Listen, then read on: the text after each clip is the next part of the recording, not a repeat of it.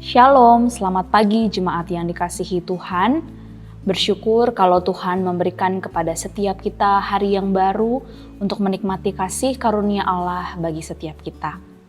Sebelum kita memulai aktivitas kita pada hari ini, mari kembali kita merendahkan hati kita di hadapan Tuhan. Memohon agar Tuhan menyapa setiap kita melalui firman Tuhan pada hari ini. Melalui sebuah pujian berikut ini, mari kita mengambil sikap teduh, mempersiapkan hati kita datang kepada Tuhan.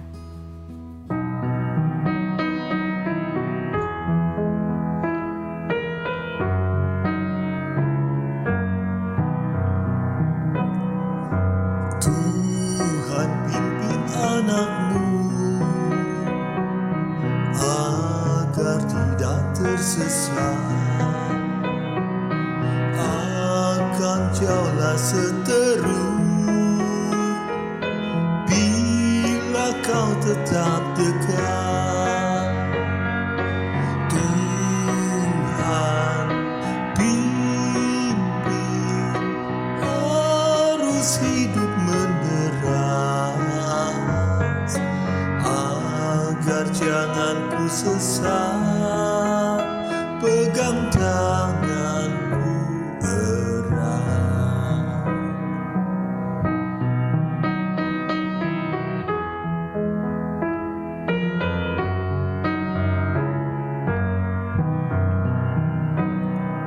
Sampai akhir hidupku, Tuhan pimpinku terus. Telah ku puji ku sembah Kau Tuhanku penebus. Tuhan pimpin arus hidup menderas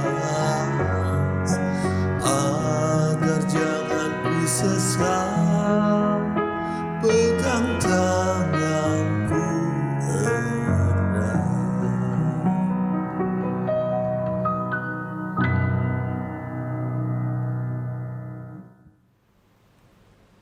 Mari kita bersatu di dalam doa. Allah Bapa kami yang bertahta di dalam kerajaan sorga, kami mengucap syukur untuk hari yang baru yang Tuhan berikan kepada setiap kami. Kami bersyukur untuk sekali lagi kesempatan hidup yang Tuhan percayakan untuk kami jalani. Kami rindu ya Tuhan, kebenaran firman Tuhan yang akan kami renungkan pada hari ini mengingatkan, meneguhkan iman kami untuk semakin hidup berkenan di hadapan Tuhan. Allah Roh Kudus, kiranya Engkau sendiri yang menolong setiap kami untuk mengerti dan melakukan kebenaran firman Tuhan. Terima kasih Tuhan, dalam nama Tuhan Yesus kami berdoa. Amin. Jemaat yang dikasihi Tuhan, pada pagi hari ini perenungan firman Tuhan terambil dalam Kisah Para Rasul 8 ayat yang ke-14 hingga ayatnya yang ke-23. Saya akan membacakan untuk setiap kita. Ketika rasul-rasul Yerusalem mendengar bahwa tanah Samaria telah menerima firman Allah, mereka mengutus Petrus dan Yohanes ke situ. Setibanya di situ, kedua rasul itu berdoa supaya orang-orang Samaria itu beroleh Roh Kudus. Sebab Roh Kudus belum turun di atas seorang pun di antara mereka, karena mereka hanya dibaptis dalam nama Tuhan Yesus. Kemudian keduanya menumpangkan tangan di atas mereka. Lalu mereka menerima Roh Kudus. Ketika Simon melihat bahwa pemberian Roh Kudus terjadi oleh karena rasul-rasul itu menumpangkan tangannya, ia menawarkan uang kepada mereka, serta berkata, "Berikanlah juga kepadaku kuasa itu, supaya jika aku menumpangkan tanganku di atas seseorang, ia boleh menerima Roh Kudus." Tetapi Petrus berkata kepadanya, "Binasalah kiranya uangmu itu bersama dengan engkau, karena engkau menyangka bahwa engkau dapat membeli karunia Allah dengan uang. Tidak ada bagian atau hakmu dalam perkara ini, sebab hatimu tidak lurus di hadapan Allah. Jadi bertobatlah dari kejahatanmu ini, dan berdoalah kepada Tuhan, supaya Ia mengampuni niat hatimu ini.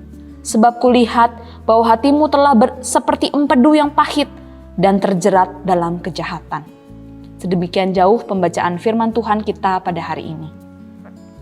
Bapak Ibu Saudara, tema perenungan firman Tuhan pada pagi hari ini ialah simoni versus soli deo gloria.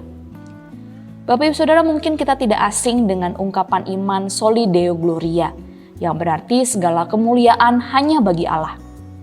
Inilah tujuan hidup seluruh manusia, yaitu memuliakan Allah. Tapi betapa sedihnya jika ungkapan iman ini hanya sekadar menjadi slogan ritual yang kita ungkapkan tanpa menghidupinya dengan sungguh-sungguh. Terlebih jika ada motivasi yang salah yang membuat kita melenceng dari tujuan hidup yang sebenarnya. Bapak Ibu Saudara, perikop yang kita baca pada hari ini berlatar belakang kota Samaria. Kota yang baru saja mendengar Injil dan mereka percaya kepada Yesus serta dibaptis. Setelah mereka mendengar Injil dan melihat tanda mukjizat yang dilakukan oleh Filipus. Tentu menjadi sukacita yang besar ketika orang-orang mendengar Injil, terutama mereka adalah orang Samaria, kaum yang sebenarnya musuh orang Yahudi dan dianggap tidak layak menerima keselamatan. Tetapi Bapak Ibu Saudara, karya keselamatan Allah pun digenapi di tengah-tengah orang Samaria dan menggenapi apa yang juga Yesus katakan, bahwa Injil akan diberitakan di Yerusalem, Yudea, dan Samaria, dan bahkan sampai ke ujung bumi. Namun Bapak Ibu Saudara, di antara mereka ada seorang yang bernama Simon, yang dikenal sebagai Simon Magus atau Simon tukang sihir. Ia adalah salah seorang dari jemaat yang mendengar berita Injil yang diberitakan oleh Filipus di daerah Samaria. Ia pun percaya dan dibaptis. Namun ternyata Bapak Ibu Saudara, ada yang salah motivasinya mengikut Tuhan. Dituliskan bahwa Simon sejak dahulu melakukan sihir di kota Samaria dan menakjubkan orang Samaria dengan kuasa yang ia miliki. Bahkan orang Samaria menganggap kuasa yang ia miliki adalah kuasa Allah yang besar. Dan ternyata Bapak Ibu Saudara, memang Simon ini suka sekali berlagak seolah dia adalah orang yang penting karena kuasa yang dia miliki. Dan Bapak Ibu Saudara, ketika Simon Magus ini melihat pemberian Roh Kudus terjadi ketika para rasul, yaitu Petrus dan Yohanes menumpangkan tangan, ternyata dia tertarik dan ingin memiliki kuasa yang dimiliki kedua rasul tersebut. Sehingga pada akhirnya ia menawarkan uang untuk membeli kuasa yang dimiliki kedua rasul tersebut. Bapak Ibu Saudara, motivasi yang salah inilah yang segera ditegur keras oleh Petrus. Karena ternyata Simon Magus ini mengira bahwa ia dapat membeli kuasa Allah dengan uang. Ia menyangka ketika ia membeli kuasa itu, ia memiliki otoritas dan menjadi pemimpin yang berkuasa seperti para rasul. Memberikan Roh Kudus kepada siapa saja orang yang ia tumpangi tangan. Padahal sebenarnya kuasa yang diterima oleh para rasul adalah kuasa yang diberikan untuk memuliakan Allah. Inilah motivasi Simon yang salah. Hati yang tidak tulus, itulah kejahatan yang ditegur keras. Karena ternyata ia mencari kuasa untuk kebanggaan dirinya sendiri. Mencari kuasa untuk ketenaran dirinya sendiri. Dan menjadi seorang yang penting dan dipuji-puji. Tampaknya ia beriman, tampaknya ia menyembah Tuhan, tetapi ternyata di dalam lubuk hatinya ia mencari kemuliaan diri sendiri. Bapak Ibu Saudara, sebuah kata dalam bahasa Inggris yaitu simony adalah kata yang berlatar belakang kisah Simon Magus ini. Simon yang ingin membeli dan mengubah hal rohani untuk kepentingan komersial, kepentingan diri sendiri. Kegiatan rohani yang dibungkus dengan sangat baik, namun ternyata memiliki motivasi yang tidak benar. Dan ternyata Bapak Ibu Saudara, kita semua memiliki kecenderungan tersebut.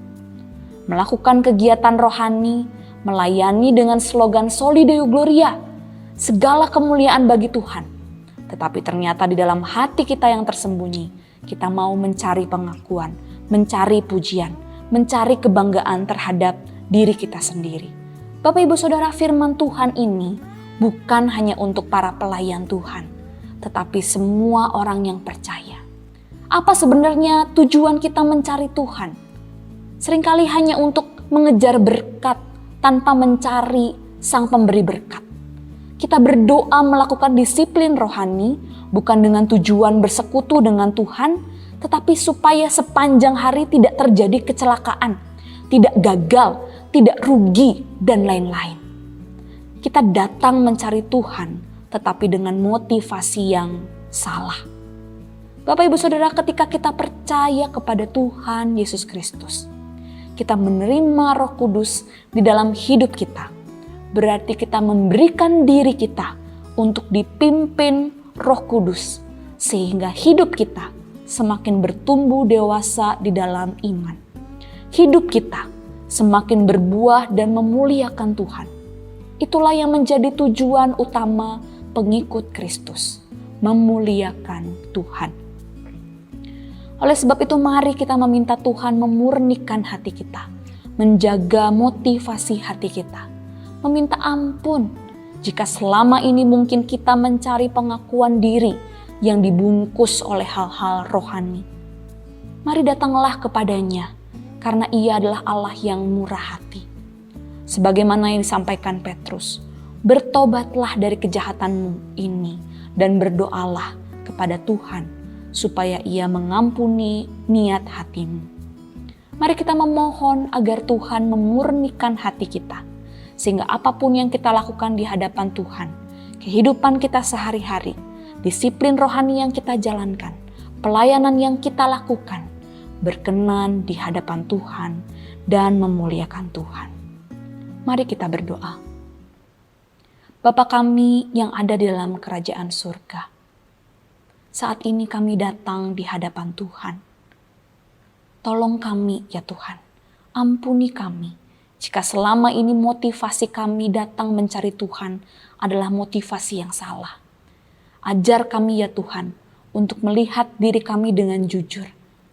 Tidak menutup kemungkinan kalau kami pun melakukan hal yang sama, dosa simoni, mencari kegiatan pelayanan, kegiatan kerohanian kami, tetapi dengan tujuan yang tidak benar, untuk mempromosikan diri kami, untuk kebanggaan diri kami. Tuhan tolonglah kami, menyadari kesalahan diri kami setiap orang yang percaya. Murnikan hati kami ya Tuhan, dan kiranya Allah Roh Kudus menuntun kami semakin bertumbuh di dalam iman yang benar kepada Allah. Kiranya Tuhan menolong kehidupan kami sepanjang hari ini. Apapun yang kami lakukan, kami pakai untuk memuliakan Tuhan. Terima kasih Tuhan. Di dalam nama Tuhan Yesus, kami berdoa. Amin. Selamat beraktivitas. Kiranya Tuhan dipermuliakan melalui kehidupan kita. Tuhan Yesus memberkati.